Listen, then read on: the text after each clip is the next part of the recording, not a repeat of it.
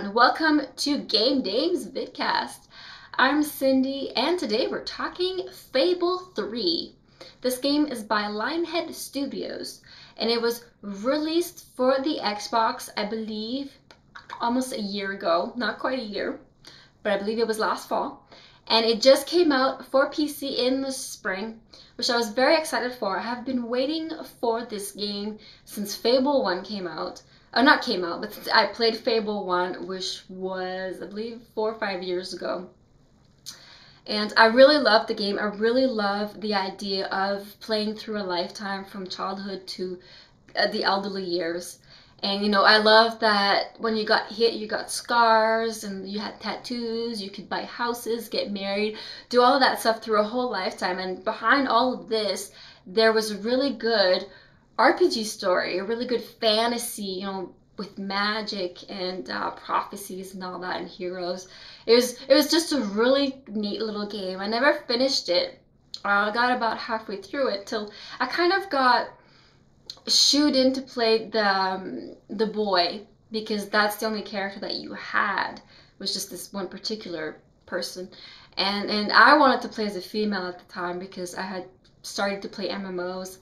And I was getting, you know, spoiled making my own characters and playing my own gender. And I felt that the game was so personal. It became so personal that I really wanted to be a woman in the game, and I couldn't.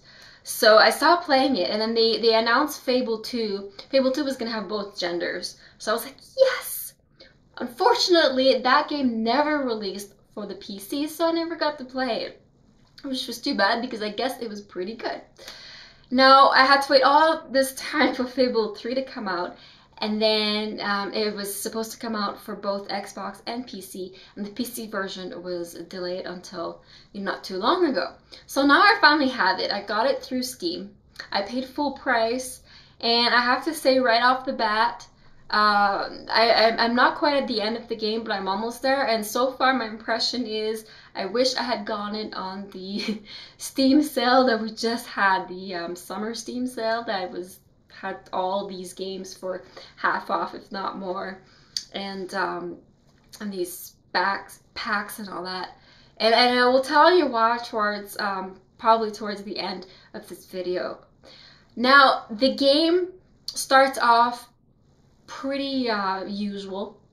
You are, well, instead of a farm boy or farm girl, you start off as this prince or princess that gets kicked out of the castle, basically. And you have a best friend, a childhood friend, or a sweetheart, depending on if you hug them or kiss them at the beginning, that you either get to choose to keep with you or to not really keep with you. I don't want to spoil too much, but get to choose whether they stay in the game or not. And if you play through it, you know what I mean by that. And that was kind of cool because I chose to keep the person in because I wanted to marry them later, because they were the only attractive NPC in the game to marry. I think Fable has a hard time with that. You know, you're able to marry and have children with the characters within the game, the NPCs in the game, but most of them, they just look very generic, like copy-pasted NPCs, basically. And they're just not very interesting. And because you're in this game, you play a prince or princess, it just comes off as being weird, I guess. The fact that you can marry just about anybody as many times as you want and have like 50 kids if you want all over the place, I also think is kind of weird, but whatever. So, you start off as you get kicked out of the castle. Now you have 3 friends right off the bat that do follow you. That's after the best friend childhood thing. That person, if they stick around, you actually don't see them for quite a while in the game. But person that go with you on your adventures are Walter, which is your dad's good friend that stayed on. He's like captain of the guard or something like that. I'm not really sure what his position is. And then there's your butler, whose name escapes me, but he's voiced by John Cleese, so the voice will be very familiar. And you have your dog, so your loyal dog also comes along. The dog is kind of cool because I guess he was more functional in Fable 2. I'm not sure how because I didn't play that game, but In this game, he's basically there as a treasure hunter. He will find all the hidden dig spots and the chests and all that, and he barks when he finds something, so we get to go around and find all these things, which is really handy. However, he won't find all of it right away. You have to train his exploration level before he can, find different things. So also, he has charisma, which I'm not really sure what is for. Actually, I will look that up and put it in the video. He's his strength or his killer instinct or whatever. He will finish off kills for you, which is kind of cool. So and then when you fight NPCs, they will often comment on your dog and how vicious he is and he's to be put down or whatever, which is kind of funny. I really enjoyed the humor in this game. Some of the humor is just funny, some of it's a bit crass, because John Cleese's voice is always around because he's your personal butler, and sometimes it feels like I'm in a Monty Python movie, which isn't a bad thing. It's I really kind of enjoyed that relation. Maybe it's just me, I don't know. But and then you continue through the game, you figure out that you're a hero and you gain this guild seal, which gives you access to Teresa. So if you're familiar with Teresa from Fable 1 to 2 to 3, then you know she's blind seer and she helps the heroes on their way. And I know she can see what's going to happen in the future, and she's kind of a prophet kind of person. And she guides you through this path. This path is called the Road to Rule, and it has all these chests around the path and gates. And you open a gate, and then you have access to new chests, which have increase your strength, your willpower for magic, or your range for, I want to say archery, but it's not. It's pistols in this game. So, and then of course these stats will affect your character as well, how your character looks. For range, for pistols, if you use your pistol a lot, you can level it through the chest safely without having any impact on your look, I think, pretty sure. But if you use your pistol a lot, you will actually get taller. And you get not really tall, but you get pretty tall. You get about a head taller than everybody else in the game, which I kind of didn't like. Walter is really tall too, so you actually probably just get just a little bit below Walter or as high as Walter. I didn't like getting high. See, I didn't really know this the first time I rolled through it. I rolled character. I was getting pretty tall, and I thought it was just me. Then I looked it up, and I was like, oh, it's the pistols I'm using. And I was mostly using my pistols, so I re-rolled again and started again. And this time I didn't touch my guns. And oh yes, if you use the big hammer will strengthen you really fast. You will see that your stars get filled up really quickly, and you get bulkier, and you get muscle mass if you go with the hammer. If you go with the sword, you're not supposed to get much more muscle mass. You just get lean muscle, I guess. You just get definition, and but your strength goes up, but not as fast as if you're using the hammer, I believe. And willpower, if you raise your willpower to use magic, and if you use magic a lot, you will get glowing blue or red tattoos depending on your morality. Now, morality is, depending on if you do evil deeds and good deeds. If you played Fable 1, 2, you know what that does. If you play evil character and you go full evil, you will, get these evil-looking, scowling face sort of thing. You don't get horns, though. They've taken the horns out. If you be good, you have kind of a sweet-natured face. If you go true evil and true good, you also your skin becomes really pale as well. I'm not sure what that's about, but almost translucent white. It looks kind of weird, which is why I like to sort of try to stay in the middle just to have that healthy glow. and that's for morality. We'll probably talk a little bit more about that throughout the video. Now, also with the Road to Rule and with the Guild Seal, you also get this hidden heroes hideout, I guess. It's like magical, I guess a magical portal place. I don't know if you're familiar with portal homes. you just kind of port into it and it just exists in the pocket of the universe or something like that. That's what it seems like. A bit like the World to Rule, actually. And it's called the Sanctuary. Now, the Sanctuary basically acts as your menu, which honestly, I kind of didn't like at first. I got used to it throughout the game, but I don't know if I'm convinced that that's a good idea functionally. I mean, it's a good role-playing idea. I mean, it fits well with, how the story goes. I don't know if it was in Fable 2. Maybe it was. It seemed like it was. But, and this is where your Jasper, that's the name of your butler. This is where your butler Jasper will hang out. And he will, keep all your clothes pressed for you and manage all your trophies and, all that kind of stuff, your money, whatever. Your dog even has a little bed. It's really cute. And this is where you get the map as well. So every time you need to travel through the map. And of course you can't, I think you can go through from town to town on the map or on the actual world. But there's some places I think you have to instant travel. No, you don't have to instant travel, I believe. You can seamlessly go through all the areas just by foot. Or you can go through the map. And except for one place, and that is, I forget the name. Because I just went through that and I didn't stay there very long. And anyways, there's one place that's basically not in the same country, I guess, so it kind of makes sense that you can't just access it through the map all the time. Aurora, there you go, you can't access Aurora anytime you want. And yeah, so there's that. Now, instead of having press escape and have a drop down menu and press M and have a map, you still press M and have the map, so that's kind of cool. But, I don't know, it seems kind of clunky, kind of unnecessary, I think. On a role-playing level, it is kind of neat, so I'm kind of ambivalent about how I feel about that. Anyway, so through the Sanctuary, you get access to your wardrobe, your weapons, everything. If you want to go to another person's game, you can go through there and make friends online and all that, which is kind of cool. This game has multiplayer. So you can hook up with your friends and go into their game, have them come into your game, help you out with quests and stuff like that.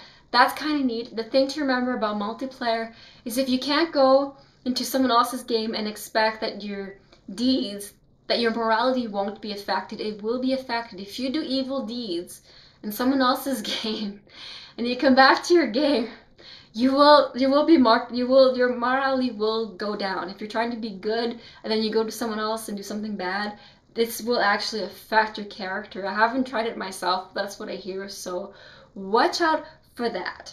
Now, one thing I want to say about this game is as you progress through it, the whole idea is that you're going to take over the throne at one point. Your brother is the king, and he's not doing a very good job, and you want him to get out. So you're going to amass an army, you're going to have a rebellion, and you're going to be crowned at the end. And then what happens after that depends on how much money you have. So it's very important to amass as much money as possible. This is a very big part of the game that nobody really tells you about till the end.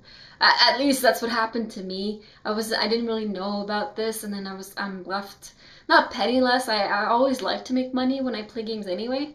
But I need twice as much as I have now to have the ending that I want. I want the perfect ending basically. And so I need to basically stop what I'm doing right now. I've been crowned and I need to spend money and I need to just not touch the timeline at all and just start buying buildings. And I guess that's the easiest way to do it, is just start as soon as you can in the game. Don't wait till the end. Just as soon as you get the money, buy a house, rent it out, and then every 5 minutes you get rent from your tenants. And also you have to keep your tenants happy, otherwise they won't pay rent. So make sure to, you can put in new furniture if you want. You don't have to if you don't want to decorate and all that. Just repair the house. Repair as much as you can. Keep all your houses pretty much top notch, and elevate jack up the rents as much as you can. I mean, you're going to get a morality hit from doing that, but it's worth it, I think. And especially if you don't want that translucent white skin, if you're going to be all goody-goody all the time, do it.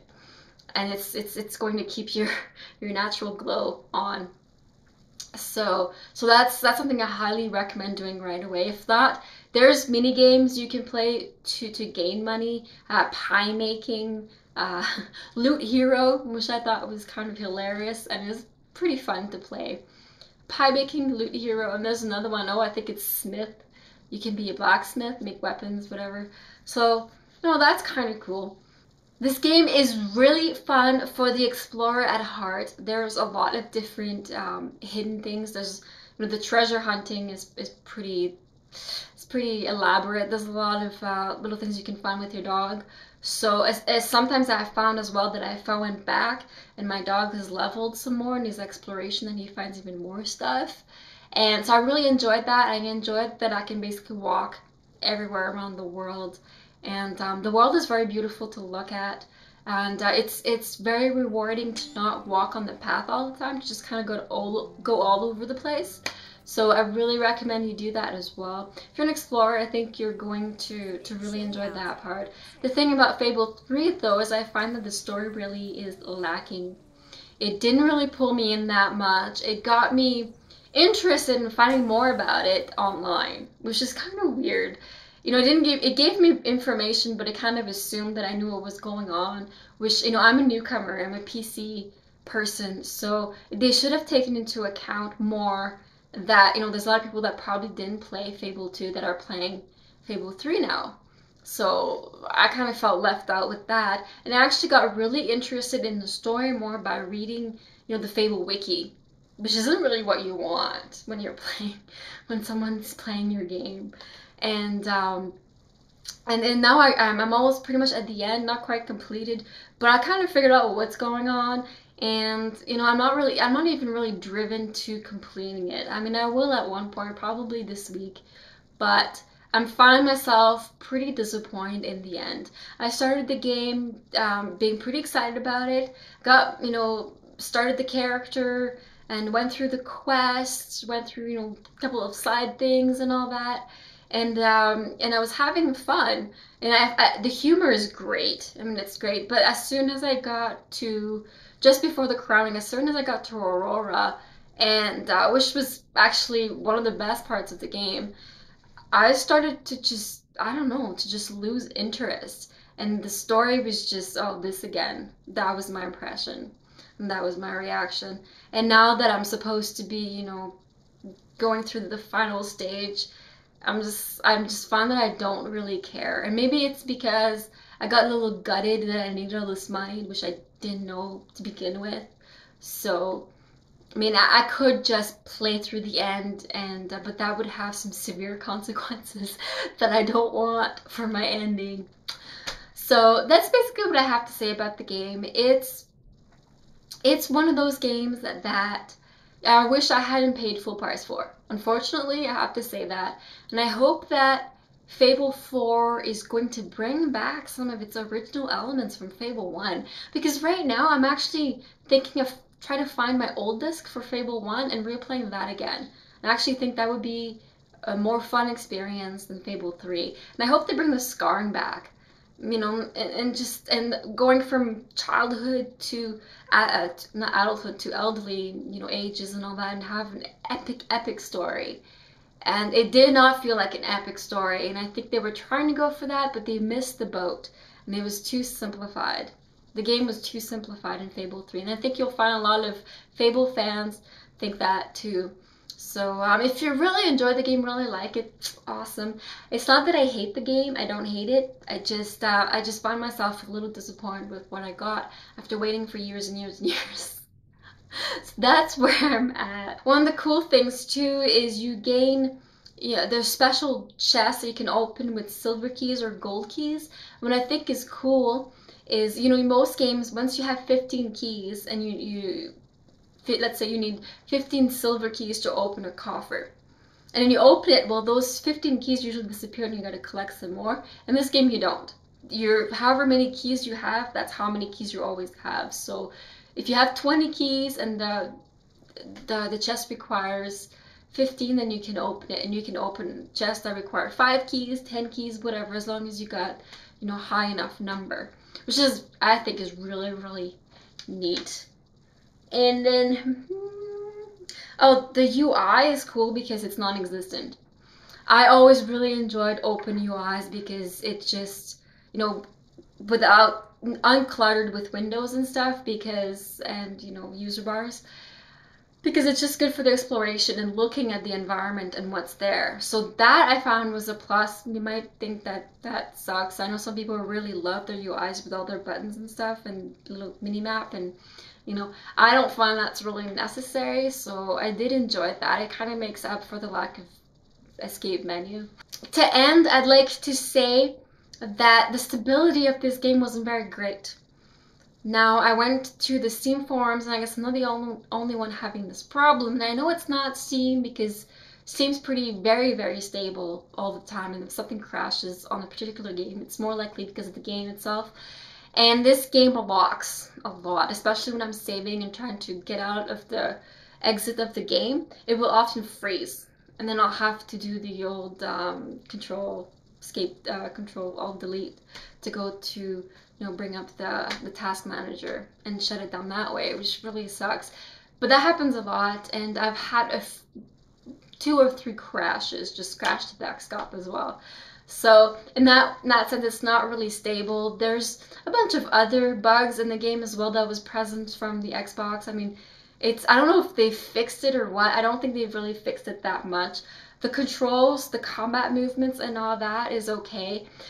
One of the large critics of this game was that it wasn't very hard. The combat isn't very hard, and it's really simplistic. You just push X, or in my case, the mouse button, to do stuff. There's no special, button combination to do special moves. They're all automated. So I was like, okay, well, I'm not that stupid. Can you just give me some button combinations? That would be cool.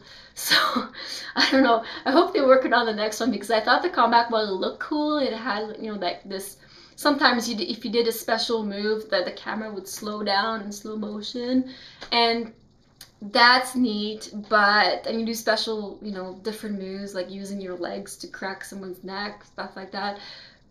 But, I don't know. I find it that was too simplistic and kind of took the player for not being very smart, and I don't like that. And the challenge mode that was added to the PC is just that it takes away your health regeneration, so that instead of your health bar going up by itself, you'll need to eat food and drink potions. That's the challenge. That's it. There's nothing else. That's basically it for Fable 3. I hope you enjoyed, and stay tuned for the next one. And listen to Lila and Dana on GameDames.com for our awesome audio podcast. If you want to get a hold of me, I am on Twitter at Cendres, which is Cendres.